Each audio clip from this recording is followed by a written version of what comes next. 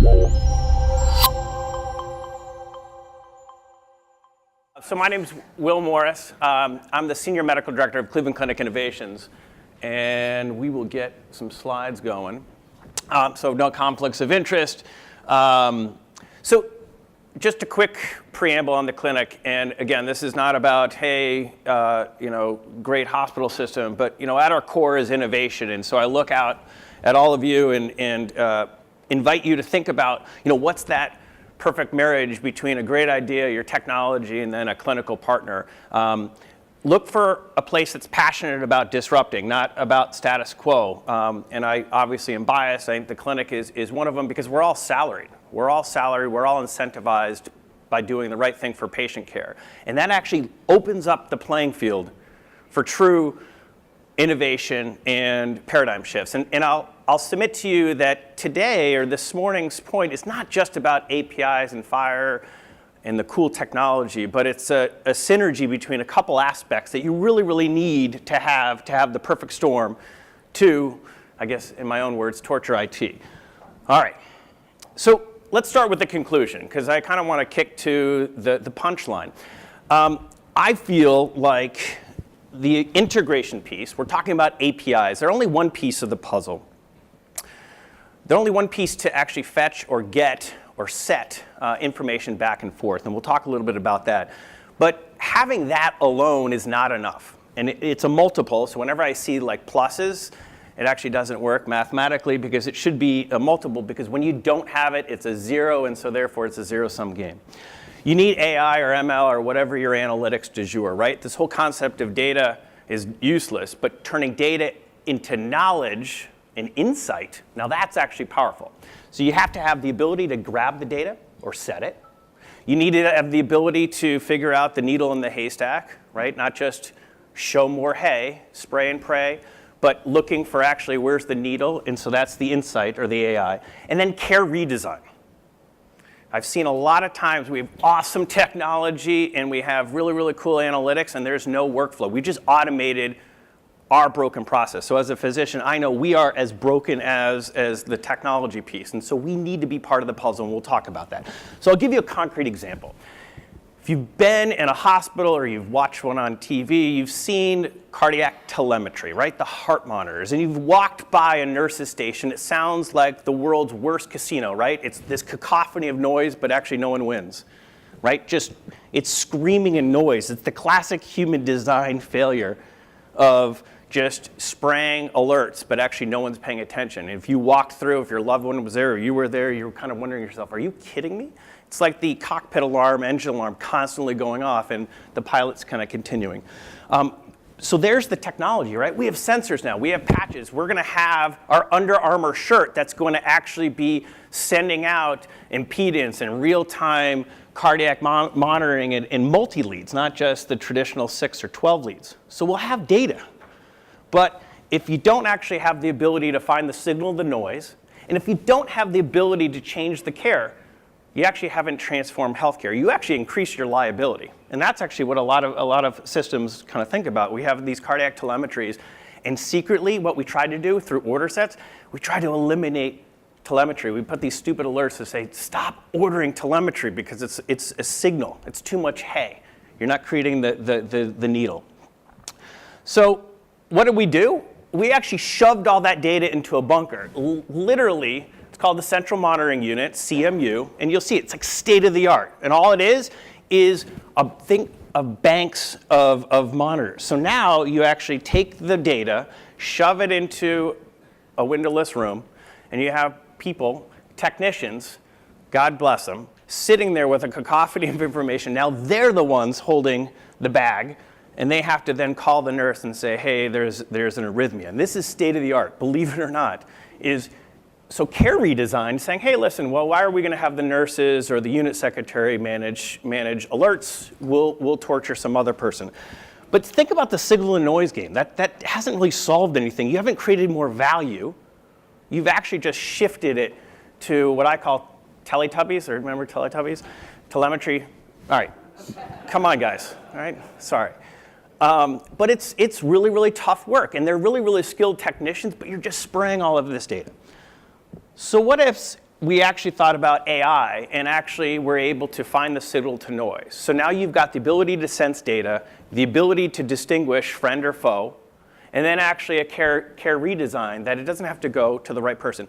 Imagine if actually the AI was smart enough to say, this is actually a horrible rhythm.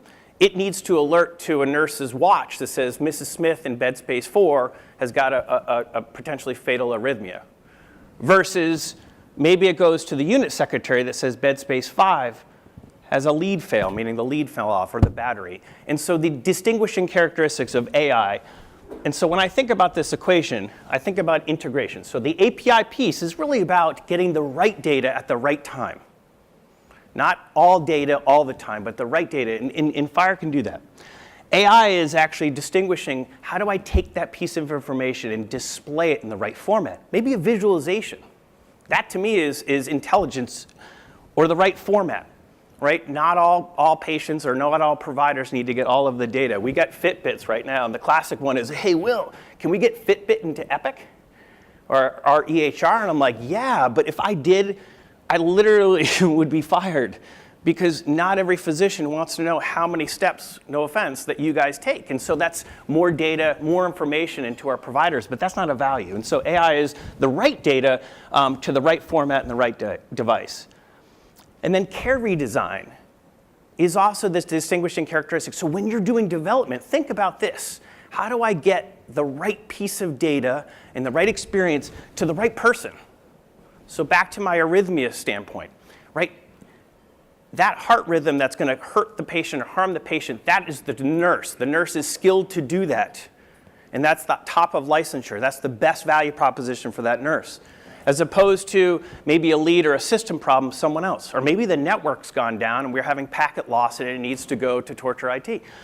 So it's the right person. So this is the whole burnout piece. Right? You've heard about clinician burnout. It's not physician burnout. It's all caregivers are burned out. Even IT is burned out. And so how do we actually think about care redesign and getting the right data to the right person at the right cost? Right? If we're going to bend the cost curve, which is our moral imperative to do, we have to do it. And then transformation. Ultimately, when people talk about the buzzword transformation, what I think about is value, the value equation, which is better quality of care, superior quality of care. That's the safest, but also at the best cost. So our API journey, we were an early torturer of Epic. We believed the virtues of an API for a couple reasons. There wasn't a lot of people graduating out of computer science school at Case or Carnegie Mellon or other schools saying, hey, listen, I know MUMP's cache, like hire me. These are really, really highly skilled individuals, but they're not all over the place. But I'll tell you, a fresh computer grad or a computer engineer or even someone in design who knows nothing about healthcare but everything about visualization, experience, behavior, they're the ones that are awesome. And they're a lot more, they're way cheaper than a cache developer, I'll tell you that. But they're motivated and they come with a whole unbiased view of how to display information and change healthcare. And those are the ones we want to hire. But how do I do that in an ecosystem where you have to understand cache and you have to understand MUMPS programming and all of that? Well, we believe that the entire universe is disrupted through a service-oriented architecture except healthcare. And this isn't innovative, frankly. This is actually imitative. Every other vertical, except healthcare, has gone through this transformation where they've exposed these APIs to completely open up new offerings. We're just the last ones in line. So you need not be in Mensa to figure out what's going to happen. This will happen in healthcare, and so we bet the bank on exploiting our own custom service-oriented architecture with our own APIs, and then thank God, FHIR came along and we helped influence that, and it's beginning to pick up momentum. And that's the opportunity, and that's why you all are here. So yesterday it was, we built this infrastructure as Hal talked about, but that's just the beginning of the journey. It's what do you do with it? That's the exciting thing. So let's talk a little bit about that. So I think about our systems of record. Right? These are the fundamental bottom pieces. This is your EHR, your ERP system. These are just the data stores. They're very, really good at this. They're systems of transaction. But that doesn't mean that's the system of insight, meaning actually how is it actually figuring out what's important to whom and how. And then, more importantly, what I think the developers in this room, the Dev for Help, is really talking about the systems of engagement. How you experience the data, visualizations, how do you actually interact it? Is it type? Is it voice? Is it gesture? That is the profound thing. That's the opportunity. Behind it, there's FHIR, right? So you don't need to know the gnarly morass, which is traditional health IT, right? You do not need to know all of the web of lies that we have, HL7 messages slinging around here in multiple different ADT systems and all of that technical jargon. What you really need to know is, how do I actually think about the systems of engagement? How would I work with a clinician? How would I work with a nurse? How would I work with a payer? Or maybe even the back-end ERP system, or even supply chain. God, supply chain, if I was a developer looking for a business opportunity, think back-end. Don't think the sexy doctors, I'm gonna solve type 1 diabetes. There's so much inefficiency on the payer, on the payment side, so revenue cycle, like the typical unsexy ones, super sexy. If you want a business model, I would play in that space, total white space, because there's huge inefficiencies. And if you think about that, that is a right place for disruption. But everyone obviously focuses around wearables, and so that's what we talk about. But again, I will completely, I'll stand on my soapbox. Supply chain and rev cycle, gold mine in terms of opportunities. But the same kind of concept, right? You're taking data and exploiting it out of its systems of record, providing insight, and then actually thinking about systems of engagement. How do we engage? And that engagement could be the patient, could be a provider, could be a nurse, it could be someone who's a biller, could be a payer. It doesn't really matter. All of the core pieces are still there, and that's how we're going to exploit the FHIR services. And so, we at the clinic think about this heavily. We don't believe, we don't think that we're going to be the ones creating the new model of healthcare. We want to create an ecosystem. We finally want to have a platform where true innovation can happen. You don't need to have a massive capital spend to approach a healthcare system and go through 18 months of implementation, because you're not going to have that degree of cash flow when you're entrepreneurial and you're a small startup. But so then, how do we attract those folks? Well, we create this web portal. We create an open API framework that's secure and scalable, but it allows the cool thing. So, we think about a consumer, and we can create personalize the ability to check in and stuff like that. But more importantly, so that's my sales pitch for us to do this to the CEO, saying, hey, we're going to create this portal. This capability will allow access and drive patients into the Cleveland Clinic. But what I'm really thinking about is this. Actually, this whole framework allows developers like you, know nothing about healthcare, not a physician, not a nurse, but you know everything about the latest language. You are going to disrupt healthcare. I assure you that. This is not a maybe, it is a fact. And how do we do this? So again, stealing shamelessly, and so we have partnered with Apogee. Again, this is not a promo for Apogee, choose your enterprise service bus. But if you think about how Amazon Web Services is so compelling, is because it's such an easy thing to interact as a developer. It's like candy. It's really, really well documented. It's really, really great for sandbox and environment, and it's pretty easy. It's turnkey, right? The barriers of entry are low. So we'll think about this as, God, if we could create a web portal, again, safe, secure, but allows a developer to have really, really good documentation to decipher the morass, which may be Epic, it might be Cerner. We don't care what's on the back end. What we really, really care about is bringing value for our patients. And we know we're a healthcare system, we're a hospital, we're not a dev shop. So we know we have a problem, and so we are reaching out. So today, this is, as much as a keynote, it is a call to action, and actually a plea for you all. You are going to be part of the solution. And I think this whole concept of a dev for help is exactly right. It's going to be a community base, and this is just the beginning. It's exciting. Furthermore, which is kind of different, and I heard Hal comment of like how do you navigate in traditional hospital systems. It's funny. hospital systems, especially hospital IT, they operate in traditional waterfall cycles, right? It's like glacial. It's death by 1,000 meetings. As opposed to traditional developers, agile, right? 2-week sprints where you actually don't have an entire roadmap. You actually have 2 weeks of work and you prioritize and iterate. Healthcare is going to be moving on that. That's my second prediction. Forget about the APIs and all of that. Agile will hit healthcare as a methodology and a discipline. If you read Harvard Business Review, last month's magazine and this month's magazine's all around agile, HR, so non-traditional entrants. So you think this is just for like, uber hipster software developers with foosballs. Bull. That's bull. It's going to be in healthcare. And so you can help be part of that change. Again, a plea to you because you are bringing this expertise into a very stodgy, old guard way. And so agile will be in healthcare.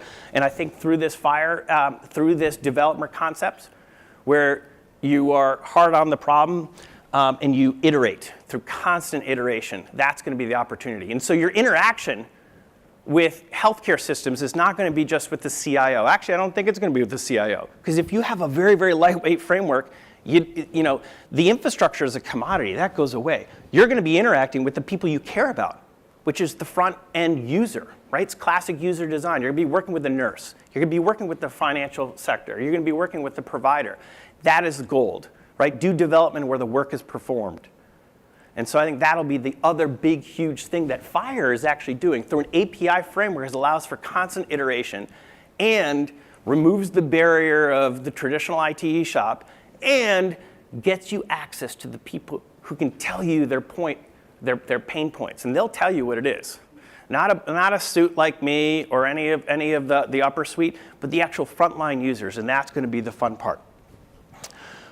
So in conclusion, you're fired. I had to, come on. No? All right. Too soon? Too soon? Too soon? All right. Jeez. All right. Listen, it's early morning. All right.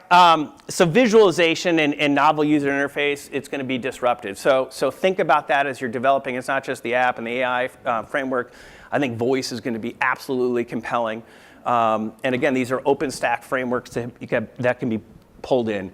Novel endpoints are going to be really, really interesting, and we think about this. Your TV at home, or even the TV that's in the hospital system as a mode for bidirectional interaction. It's going to be really, really cool. Our beds, even, believe it or not, our Hill-Rom beds crank out like 20 or 33 variables a second. These beds, and today they just are used as beds.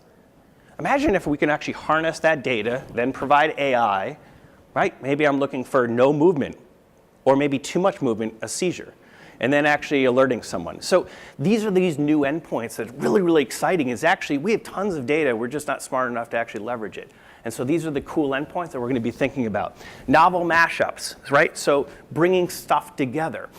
A classic one, which was in like the first visualization was rain, and then ED visits. And ergo, there was big rainstorms, and people would show up in the ED with dysentery, and so that was because you'd have sewer overflow, and the rest is history. The famous in Detroit, Flint, Michigan, lead poisoning was actually a novel analytics looking at distribution of these patients and understanding, God, it actually tracks with water distribution. So these insights, these new novel mashups, I don't have the answer. It's the unknown, but I guarantee you those are going to be the exciting things, these unusual suspects coming together. Systems of insight, again, AI, ML, we're not going to be invented at the Cleveland Clinic. We have people like Watson or IBM, Microsoft, you name it. These are going to be really, really exciting, bringing in net new insights. And then cloud, everyone throws around like, ugh, cloud. It's actually great for rapid spun up and spun down environments because it drives down the cost. And frankly, it treats ITD, the back end, as a commodity, which it should be, right? Commodity is all about the price point, driving down the lowest cost. So that's exciting because you don't have to go and have a 19-hour meeting with the CTO trying to convince them to get some server space or a rack gear. You can spin up a virtual environment in a second, and that's going to be a huge vehicle for transformation. So in conclusion, so Internet of Things and all of these device and gadgetry, be wary. These are solutions looking for problems. right? It's, people say that like, hey, Will, what do you think of the iWatch? I'm like, well, great, I love it. But tell me the problem that it's trying to solve. And so start with a problem statement. And again, work with the front end users and they will articulate the problem, not the solution, but they will say, here's the pain point. And that's what you want to listen to. That's gold.